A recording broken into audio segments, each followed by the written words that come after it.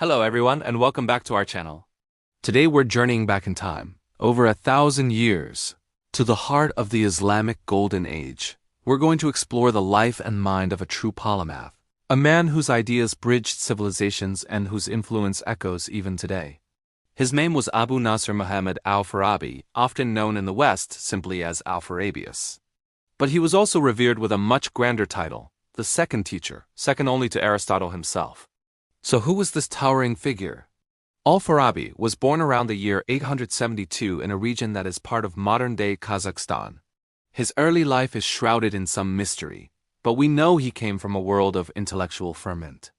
The Abbasid Caliphate, with its capital in Baghdad, was a global center for science, philosophy, and culture.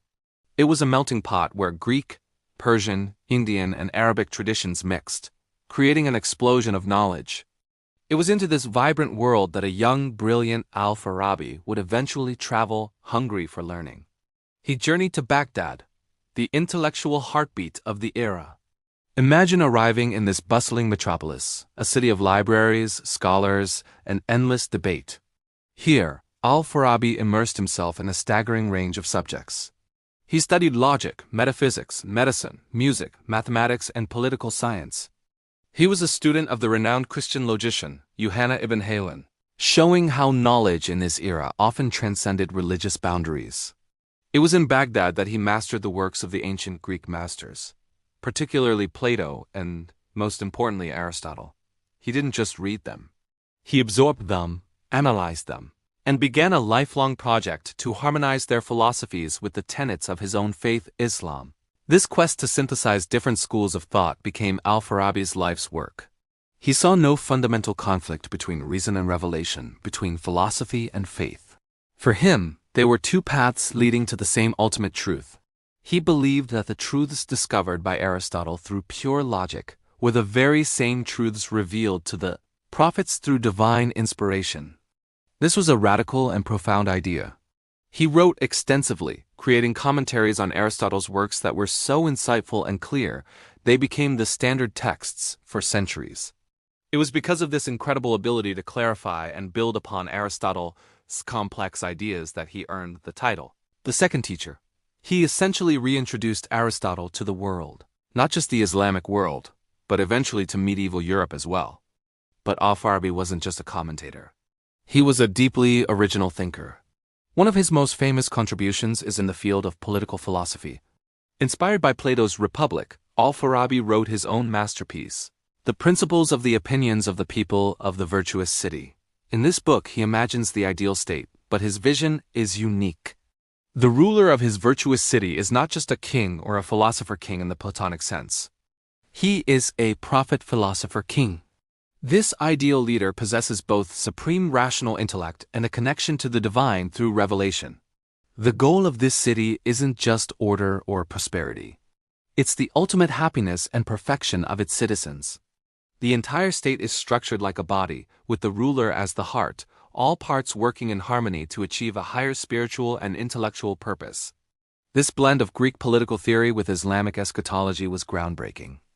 His influence on music theory was equally profound. Al-Farabi wrote the Kitab al-Musica al-Kabir, or the Great Book of Music. This wasn't just a collection of tunes. It was a deeply scientific and philosophical examination of music. He explored the mathematical principles behind musical intervals and rhythms, classified different melodic modes, and even discussed the therapeutic and psychological effects of music on the human soul. He saw music as a reflection of the harmony of the cosmos, a discipline that connected mathematics, physics, and metaphysics. His work was so comprehensive that it became a foundational text for music theorists in both the Arab world and Europe for centuries to follow. Let's also talk about his contributions to logic. Al-Farabi is credited with organizing the study of logic into two distinct categories: Takayul, which deals with the art of persuasion and poetry, and Thabit, which deals with demonstration and certainty. He saw logic as the essential tool for all other sciences, the key to distinguishing truth from falsehood. His meticulous organization and clear explanations made the difficult subject of Aristotelian logic accessible to a new generation of thinkers, paving the way for giants who would follow him, like the great Avicenna. Avicenna himself famously said he read Aristotle's Metaphysics 40 times without understanding it, until one day he stumbled upon Al-Farabi's short commentary on it, and the entire work suddenly became clear to him. That's the power of a great teacher. Despite his immense intellect and growing fame, Al-Farabi lived a simple, ascetic life. He was not interested in wealth or courtly power. After spending many years in Baghdad, he moved to Aleppo, to the court of Saif al-Dawla, a ruler famous for his patronage of poets and scholars. Even there, he preferred a quiet life of contemplation, often discussing philosophy in gardens and spending his nights writing by candlelight. He is said to have worn simple Sufi attire and lived on a modest stipend, content with his books and his thoughts. This detachment from worldly desires only added to his mystique and the respect people had for him. He was a man who truly lived his philosophy. As his life drew to a close around the year 950 in Damascus, Al-Farabi left behind a legacy that is difficult to overstate. He had written over 100 works, although many are now lost. His surviving writings, however, formed a crucial bridge. He transmitted the wisdom of ancient Greece to the Islamic world, refined it, and enriched it with his own unique insights. Then, through translations made in Spain and Sicily, his work flowed into medieval Europe. Scholars like Maimonides in the Jewish tradition and Thomas Aquinas in the Christian tradition were deeply influenced by Al-Farabi's synthesis of reason and faith. He helped lay the groundwork for the European Renaissance. He demonstrated that intellectual inquiry and spiritual devotion could coexist and even enrich one another. So, when we think of Al-Farabi, the second teacher, we should remember him not just as a historical figure, but as a symbol of the universal human quest for knowledge and wisdom. He was a philosopher, a musician, a political theorist, and a logician. But above all, he was a bridge builder connecting Aristotle to the Abrahamic faiths, reason to revelation, and east to west. His life is a powerful reminder that the pursuit of truth knows no boundaries of culture, religion, or time. He showed us that the best way to honor the thinkers of the past is not just to repeat them, but to engage with them, build upon their work, and use their wisdom to illuminate our own path toward a more virtuous and enlightened world. Thank you so much for joining me on this journey into the life of Al-Farabi.